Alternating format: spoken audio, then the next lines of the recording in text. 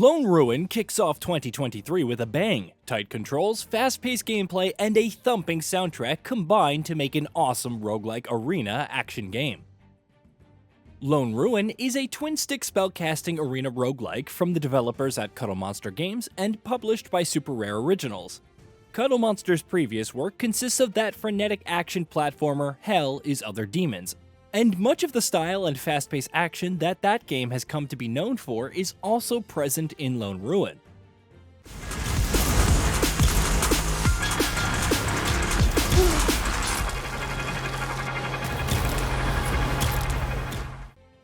However, it is also a completely different beast. Guns have been traded in for a myriad of spells, the limited 2D side-scrolling perspective has been replaced with a much wider isometric camera, and the simple monochromatic 8-bit art of Hell is Other Demons has evolved into a fascinating mix of fully 3D environments and 16-bit pixel-like character models. Now, it's not without its faults, but Lone Ruin is an awesome experience that is a great way to kickstart 2023 gaming for roguelike fans. Let's dig into what makes this game special in this review of Lone Ruin.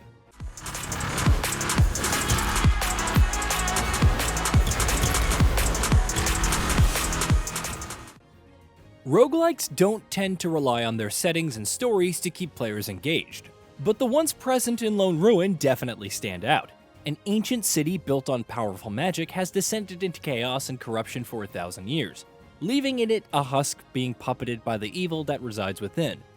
The very same magic that was used to build the civilization was changed and turned sour by some unknown force, leading to the downfall of an entire people. Now, a nameless mage explorer dares to venture into this Lone Ruin. They will fight the creatures and magical beings that rule it now, and travel to the center to hopefully find a way to erase the corruption once and for all. As you might have guessed, the player will take control of the brave explorer, who serves as a blank slate for the whims of whatever playstyle you might choose. Lone Ruin is a roguelike game, so every encounter will consist of runs through the increasingly difficult levels of the ruin until you die and start at the beginning once more. Each death will inform you about what works and what doesn't in terms of spells and strategies, and there are plenty of both to go around. Each run begins with your default ZL maneuver, a potent dash move to get you out of harm's way. Besides that, you'll be able to select from 8 core attack spells before you get into the thick of it. These spells are all flashy and visually impressive, but vary widely in their function. There is the high fire rate shard spell, the slow but explosive fireball, and the scythe melee spell if you want to get up close and personal. Which spells work best will differ from player to player, but you aren't struck with the base version of any spell for very long. Each spell can be upgraded many times, and not just by arbitrary levels. When you obtain an upgrade for a specific spell, you can choose to improve one of several aspects of the spell. The option for an upgrade might include the spell's strength, its cooldown time, the addition of an element, or an increase to its area of effect. This novel system allows the player to fully customize their experience with each spell, and it works fantastically in action. However, it's not all smooth sailing. While some spells come with free upgrades from the selection room, you'll often have to turn down other great opportunities if you really want upgrades. When you clear a room, you'll be given a choice of 2 possible routes for your next room. Each one will have a displayed reward, which could be an upgrade to a spell you have, a new spell, or some other benefit, like a visit to the shop or a treasure room where you can win more gold. Deciding whether to turn down an awesome new spell in favor of an upgrade to your old faithful can be extremely tough sometimes, especially in later levels when the difficulty is ratcheted up considerably. Some players will opt to try to fully upgrade their favorite spells, but the real fun in Lone Ruin is had by experimenting and trying out all of the game's spells to find their synergies. A loadout that seemed powerful and efficient was an upgraded fireball combined with the blizzard and grenade spells.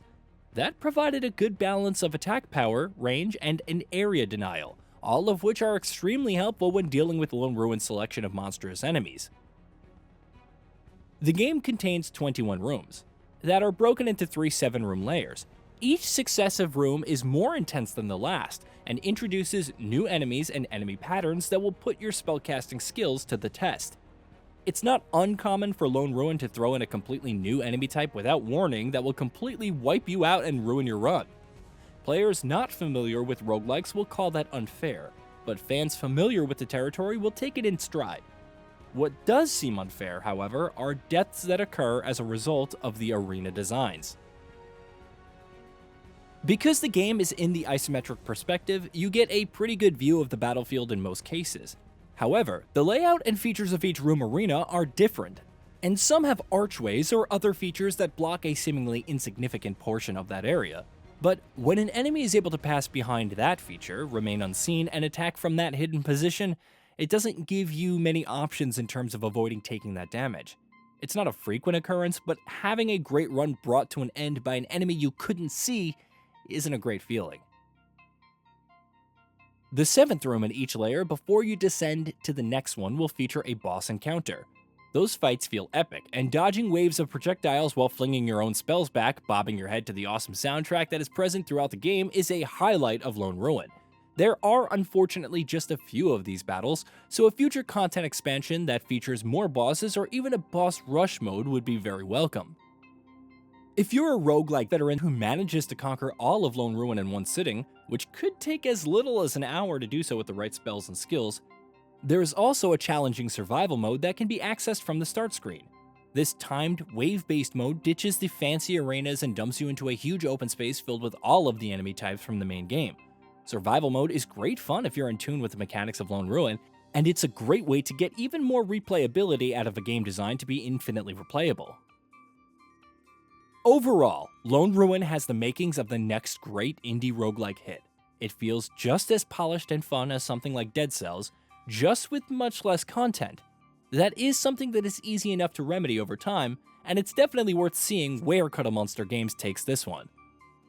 Lone Ruin is a hardcore action-packed roguelike game to its core, and absolutely shines on the Switch. If more content is added later on, this could be an early front runner for top indie game of 2023. Hey, did you know that we at GamingBolt upload new videos every day? Stick around, drop a like, subscribe, and hit that bell, and let us know what kind of content you'd like to see in the future with a comment below.